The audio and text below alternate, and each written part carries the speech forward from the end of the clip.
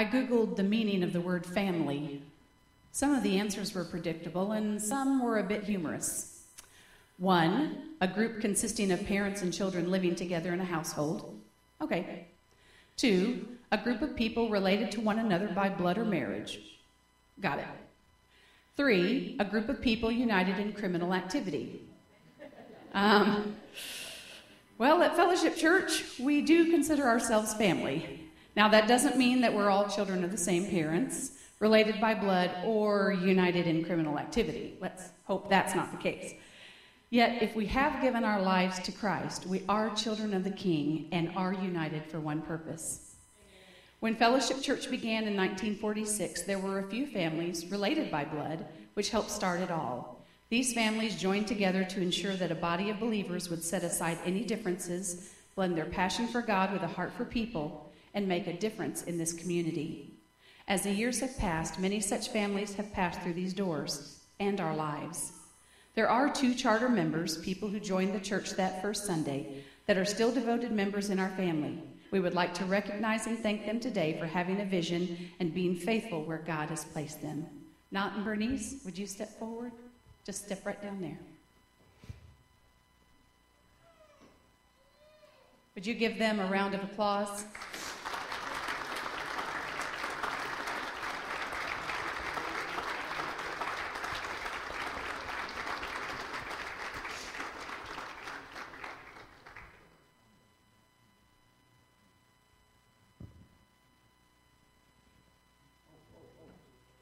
Picture time.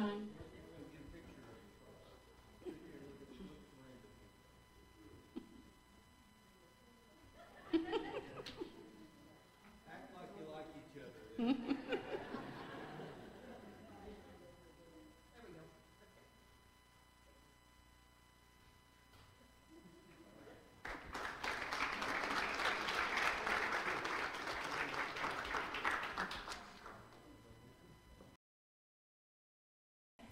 I was 7 years old when this church was started.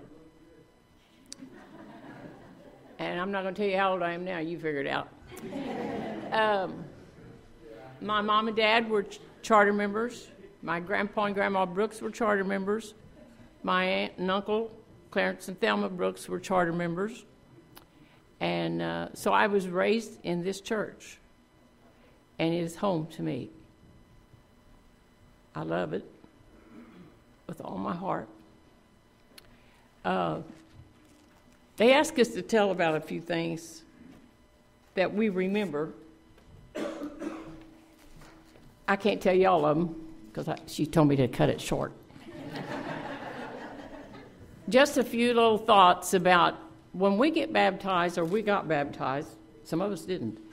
But if you belong to this church as long as I have, you got baptized in a baptistry. But that's not the way it used to be.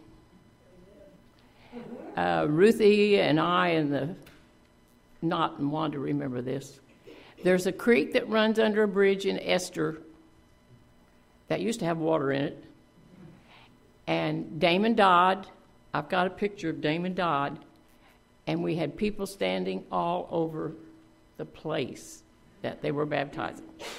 So I'm sure a lot of you, and maybe more than I think, and a lot of kids have never been to a river to see someone baptized. But it is the most exciting thing, waiting for people in line to be baptized. So that's one of my precious memories, Damon Dodd baptizing all these people in Esther Creek. And when we had a meal, and we have a lot of meals here, they didn't do it that way back then. I have a picture of an all-day meal.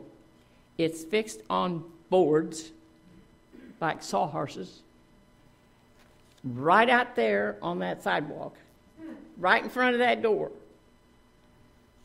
And I have a picture of my grandpa filling his plate up, standing there. So I wouldn't take anything for that.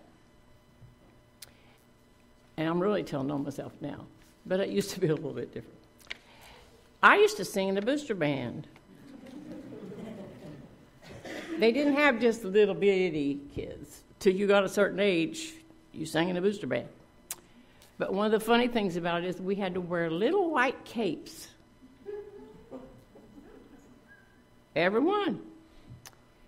And I have a picture of them, us, in those little white capes, singing Jesus Loves Me and Deep and Wide. But guess what? I still got some of those white capes. You know, I keep everything. So, and we use them at Christmas for the little kids' Christmas program. So it's a little bit different than it used to be. And I grew up, and I don't know how old I was when I quit singing in the booster band, but I went straight from the booster band to the choir. And I've been there ever since. And I love every minute of it. One other thing that is special to me is just the love that I have felt growing up in this church. I had a lot of people love me besides my Lord. And so this is just a special place. And niece, where'd she go? Back there, niece. I have a picture when you taught me in Sunday school. There was more of us. Wasn't just me, but we weren't very old. And so and you're on the picture, so I have it. If anybody'd like to see those pictures, I have them. I love my church. Becky told us not to talk very long.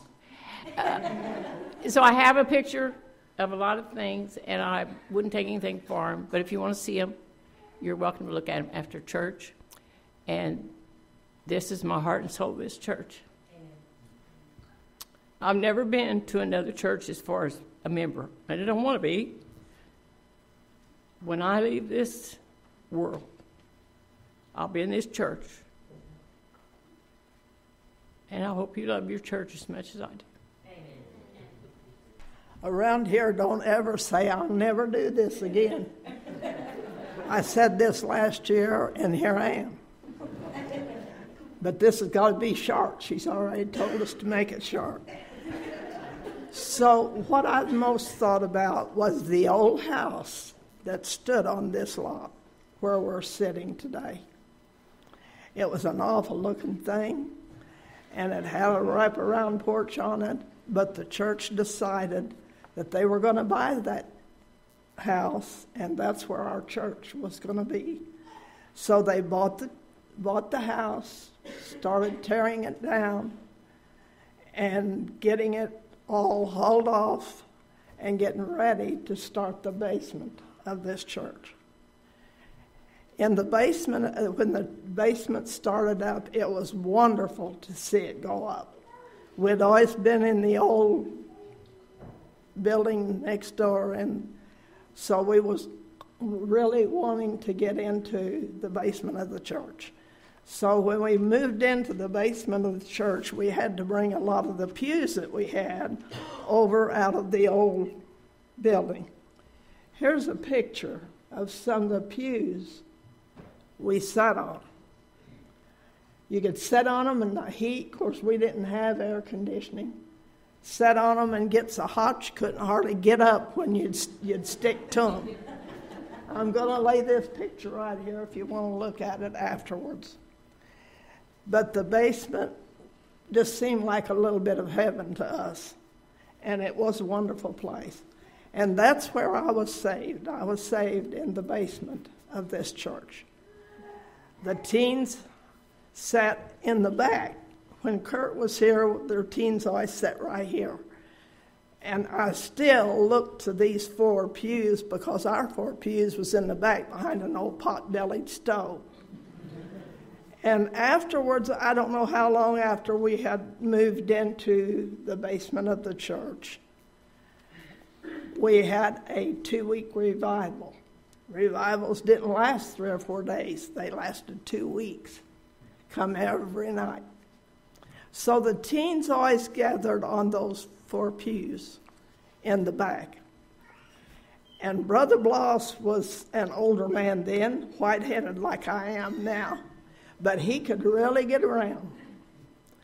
And he was really preaching one night. He was really a good preacher. But the teens wasn't listening too good. And he was just, we thought, he's not watching. And but he was. And he jumped up on the altar rail and he said, "Okay, young people, listen." And from then on, we listened. We didn't have a cell phone like you all have, but wonder what we had: paper and a pencil. And we was passing notes. So we no longer pass notes. The old Cohen Creek that Janet was talking about, I was baptized in on the Sunday that nearly every church in this town had a baptizing that day.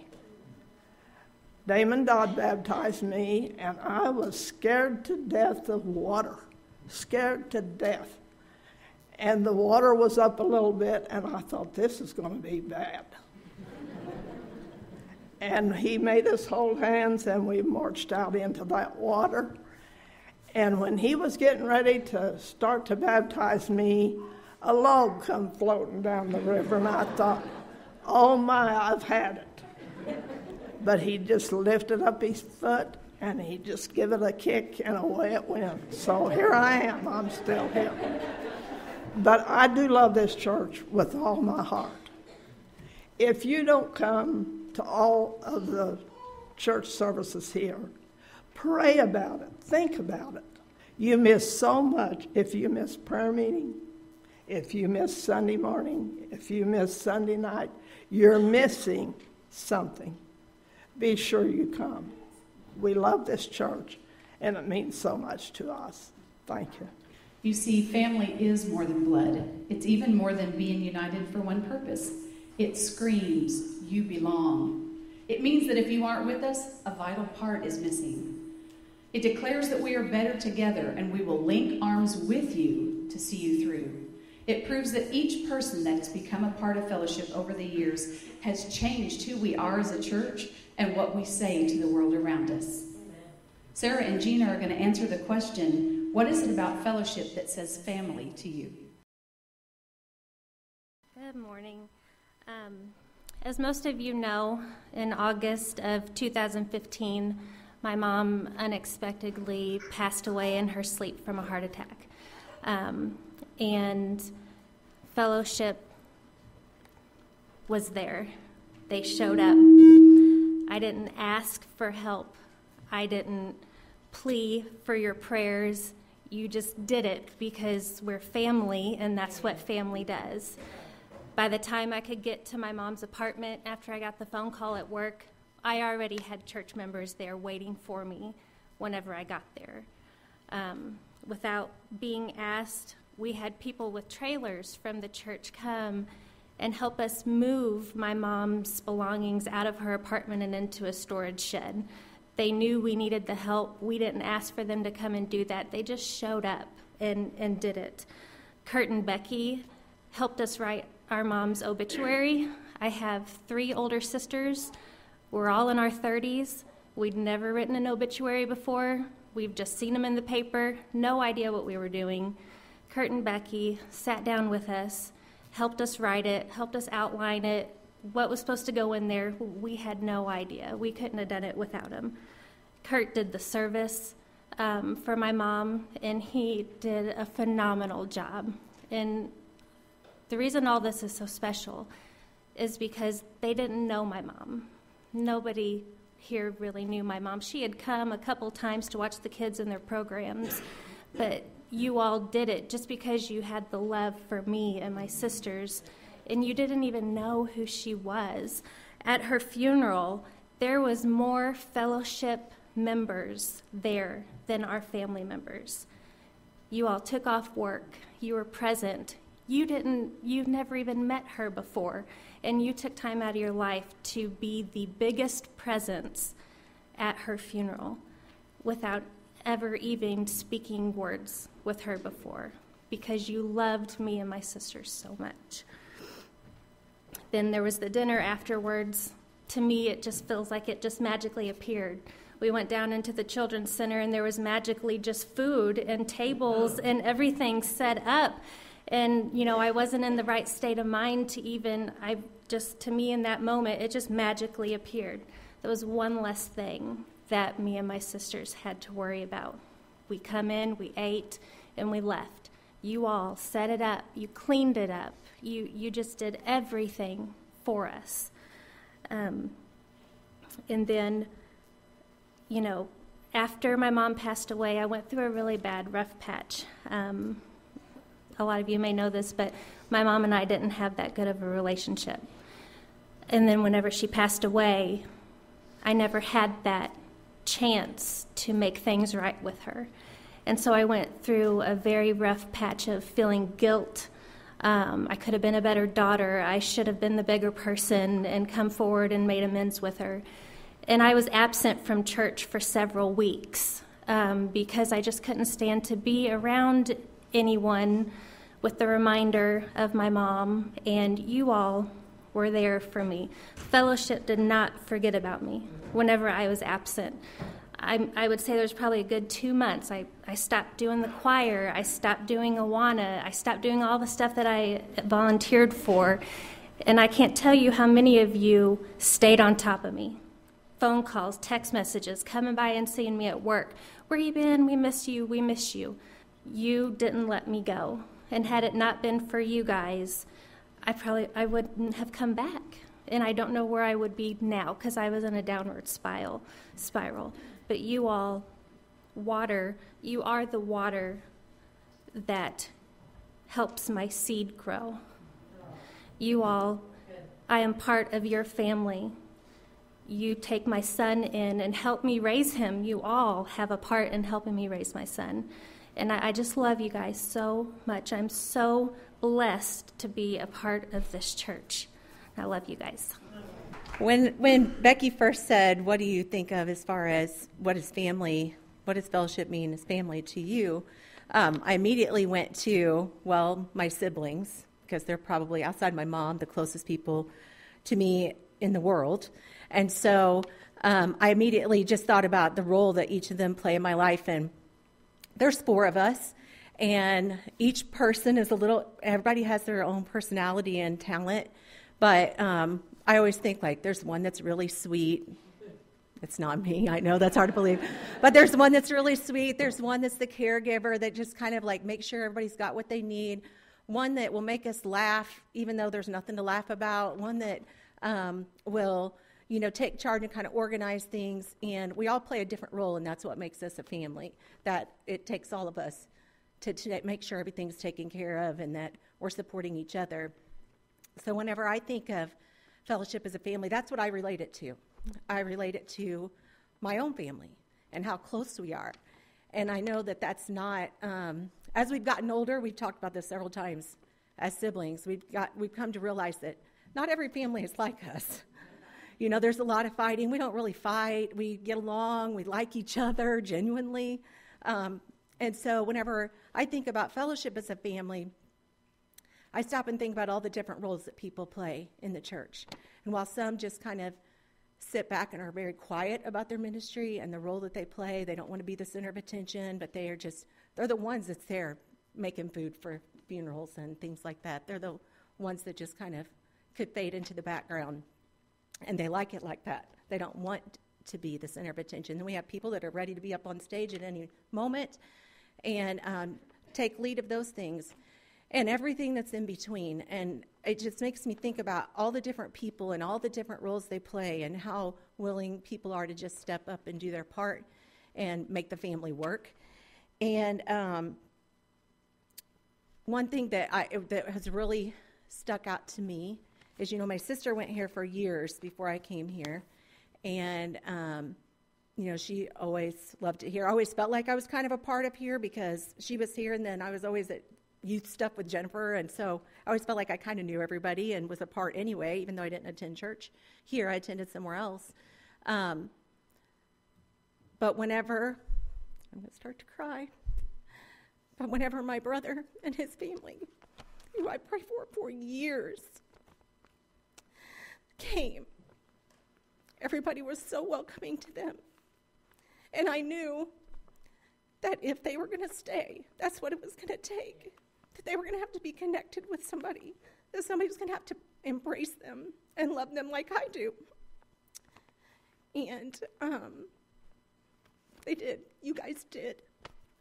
And because of that, and God's work in their life, they're sitting here today. Amen. And not just them, but a few weeks ago, my older sister came in, and her husband. And I can't express to you how much that means to me. Not just for myself, but for all of these years, how God used you to answer that prayer and work in their life and make them feel a part. And I appreciate that.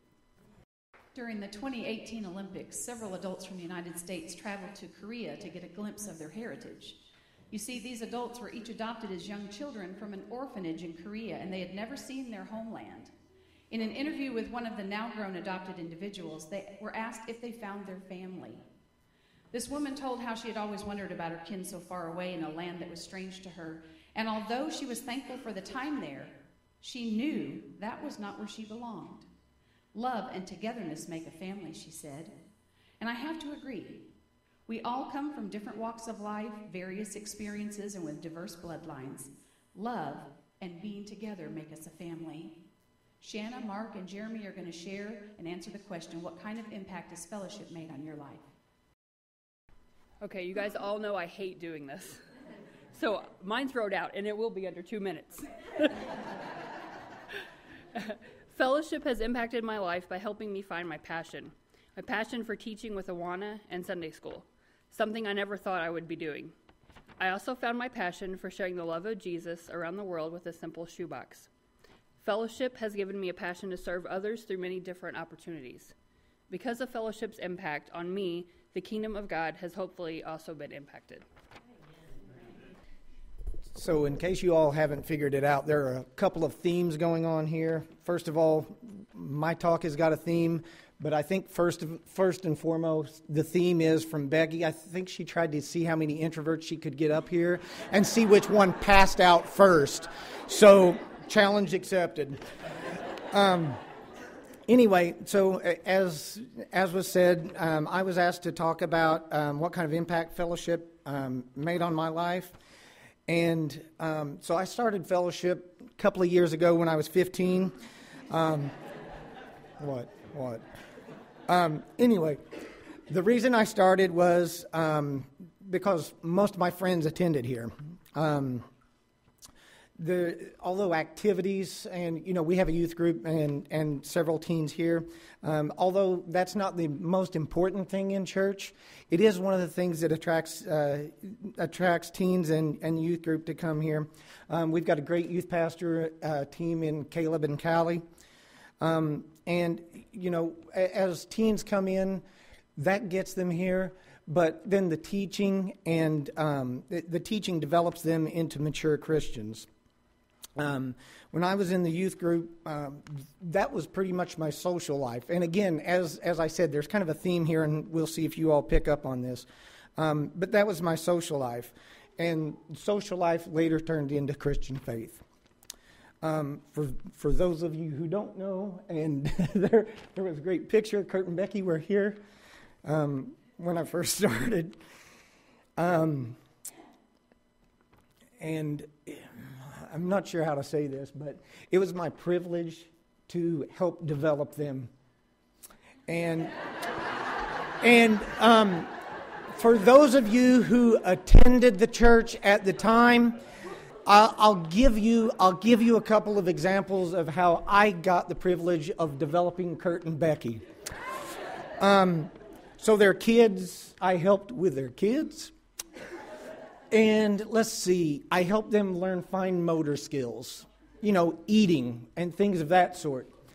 Spaghetti on top of your head, really? It was a fine motor skill. They learned how to eat, did they not? And then I also got to help Kurt and Becky with decorating their property and their yard, their cars. It was developmental. It really was. I worked hard. Kurt and Becky, you're welcome. That's all I've got to say. Now, for those of you who have kids, you know how this kind of thing really works, right? What does your parents want out of life? They want you to experience what they had to deal with you. Well, later in life, I became a teen worker. And guess what?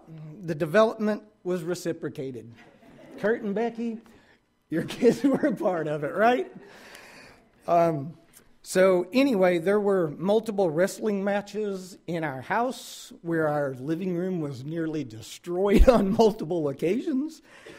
Spoons. Everybody remember spoons? Well, at my house, spoons was near deadly whenever we got done with it. We ended up having to move it on multiple occasions out to our back deck because we were literally destroying and tearing things up, glasses, everything else in the house.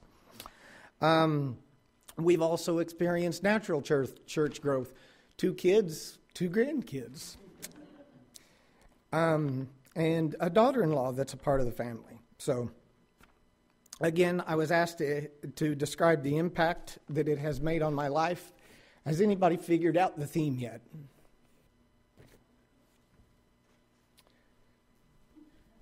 Whoever designed this shirt? Perfect. Faith, family, and friends. Now, good news. Becky did not tell me only 2 minutes. She said, as long as I want, you guys would be here. She said I have a captive audience, or is it captives for audience? I have one or the other, so I'm going to use that time. So sorry, ladies, you got your couple minutes. I'll get a few more extra. No, I wrote it out, and it's a book, so good luck. And I did that so I could time it. All right, so I think the clock's not working. Is it more? Yeah, it's more than 2 minutes? No, I'll read fast, all right? Dave's preaching later, and he speaks fast, so I'll get you warmed up on that, all right? I do have to tell you about an announcement. What's that? Oh, yeah, right. I do have to tell you about an announcement that I totally flubbed up on a while ago. The teen fundraiser I was trying to sell you on last year's teen fundraiser where they actually sold the kids for work. They're not like slavery or anything, but they're not doing that this year. They're actually selling desserts. So I flubbed on that one, and I'm trying to make that right for you. So don't try to buy my son. He does work for free, right, Corbin? Okay. So the impact that fellowship had on me, and I told my wife, I said, I want to boil it down to one word because I'm a teacher and I'm a simple kind of minded teacher, and so I wanted to boil it down to one word. So I said, I'm going to come up here and say, it was a big one, and then sit down. It was a big impact, or it was huge, or it was large, or something like that. And I settled on the word mold, of course, right? Mold, not like there's black mold. Guys, there's no mold in the walls, I don't think. Is there mold in the walls? Maybe there's mold in the walls, but that's not the mold I settled on. I settled on the word mold as in a block that has a hollow center. You know what I'm talking about, the mold? Like chocolate makers, chocolate makers pour all that good chocolate in there, and whatever shape they have in the middle of it, that's what the chocolate looks like an Easter bunny, or like plaster or clay or something like that. You know the mold I'm talking about. So I feel like you put some kind of pliable goo in there, and then you get out something, okay? And I feel like God has used Fellowship Church as a block for me, all right? God knew what he wanted me to be, and he used that block, and I was that goo that went in there, and he knew exactly what I needed. Fellowship molded and shaped me in every aspect of my life. And I picked 3 quick ones. One, as a follower of Christ, I learned everything I know here at Fellowship Church. When I was 8, 9 years old, I was in Ken and Peggy. Where are you at, Ken and Peggy? You back here? I was in Ken and Peggy's Sunday school class, and I remember it like it was yesterday after church one day. I walked to Peggy, and I said, Peggy, I want to be a Christian. Tell me how to be a Christian, all right? And that shaped and molded me. Today, in the same classroom that I was saved in, I teach kids about how to become a Christian today. It shaped and molded who I am as a teacher, as a follower of Christ. It shaped and molded me as a servant. Someone talked earlier about the servants that we have in our church and those that work behind scenes and take care of business. Fellowship has always been a serving church, and whether you see them or not, whether they're teachers, whether they're people that cook and clean, there are servants. And I think of the ones that molded and shaped me with Ken and Peggy as teachers. Ray Hines, I saw you come in. He was one of my teachers who shaped and molded me into what I am today. Thank you, Ray. What'd you say? Oh yeah, no. It was all good. And for the youth workers, I remember Mark and Shelly and Chris and Debbie, who always worked with Kurt and Beck and the crew, the youth workers that shaped me and molded me as servants. So I was shaped and molded as a servant. And as a member of the family of God, I believe I was shaped and molded to realize what it looks like to be a part of the family of God. And I sat up here just for a few minutes. I didn't want to leave. That's probably why I announced everything totally wrong today. And I'm going to blame it on Not back there. Okay? No, it's not your fault, Not. But I was talking to Not about how awesome he is and how a good example of a member of the family of God he is, who 72 years later is still showing up and still bringing his family members, and people are influenced because of him. But those people, Not and Miss Bernice, and those that I mentioned earlier, have shaped me and molded me to know what a family of God looks like. And all of you, many of you who have known me most of my life, have shaped and molded who I am. And that's what Fellowship Church, the impact that it's had on me. I think of ones that have gone before. I think of Marion Bailey. Janet, where are you at? Janet's still here. Marion Bailey, someone who shaped and molded me to be a member of the family of God. And Dave Pinkston, and those like John LaChance and Bob and Betty Reeves, and Denny Smith, who recently went on. These men and women who have shaped and molded and showed me how to be a member of the family of God.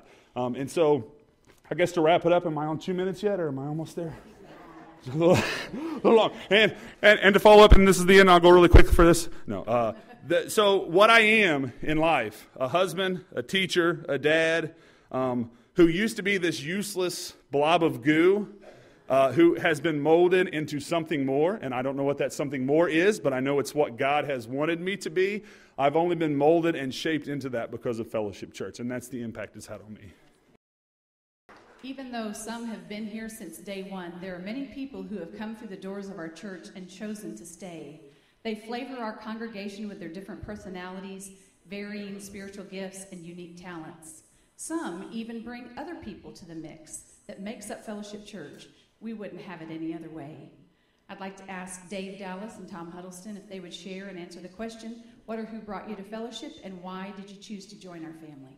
A lot of you know that I was a collegiate football coach for 25 years. I was a head football coach at 2 Christian universities, one 8 years and one 17 years. I spoke to tens of thousands of parents and kids one-on-one as they were trying to make an important decision in their life. Okay, what better decision to do that? But I talked to them about, hey, you're going to make the biggest decision you made up to this point in your life. Okay, number one, you've got to choose the school that you feel comfortable with, okay? Number two, does it fit your needs from an academic perspective, okay? If you're wanting to be a engineer and we don't have an engineering degree, there's no sense in being here, okay? Okay, so does it meet your needs personally, okay? From the people you're going to be around, the coaches, the kids, the environment, all those type of things. Fourth, does it meet your needs spiritually?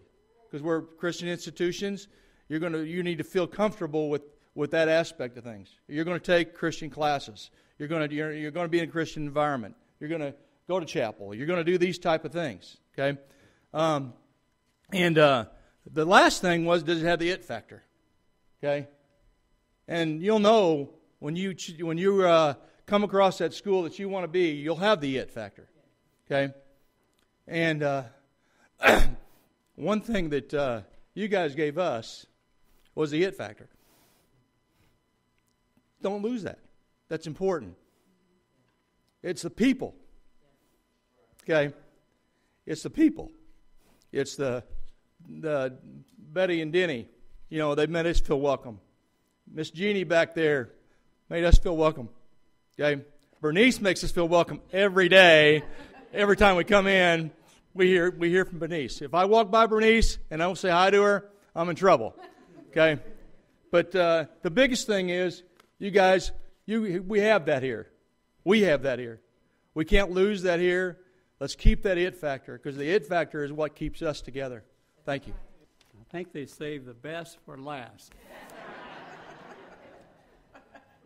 I told Becky I was going to tell her how we visited several churches and they threw us out and we finally landed here, but I said I won't do that. Thanks for the opportunity to express our positive experience at the Free Will Baptist Church. During the time I served as superintendent of schools in our St. Francis County, We visited several churches. Our goal was to meet as many school patrons as possible in order to meet the expectations of the students and the parents. One of the parents we met was Sister Becky Gortney. She invited us to the church for a special event. We met one of our good friends, Jim and Ruth Goad, both from Iron County. Secondly, in the Sunday school class, we were highly impressed by Sister Wanda Ragsdale's teaching and her husband, Mr. Knox, and his great conversationalist. We have participated in the church events and services for approximately 17 years, and we're looking forward to several more years with the church family. Thank you. Nikki Gumbel, a Christian evangelist, said, "Church is not an organization. It is a family where you belong, a home where you are loved, and a hospital where you find healing. I'm so glad you each chose to come home today, to a place where you belong, a place where you are loved, and a place to find hope and healing when life throws you a curveball. I hope you know how very much you are wanted and needed here at Fellowship. You have a place in our church and in our hearts, and you really do belong."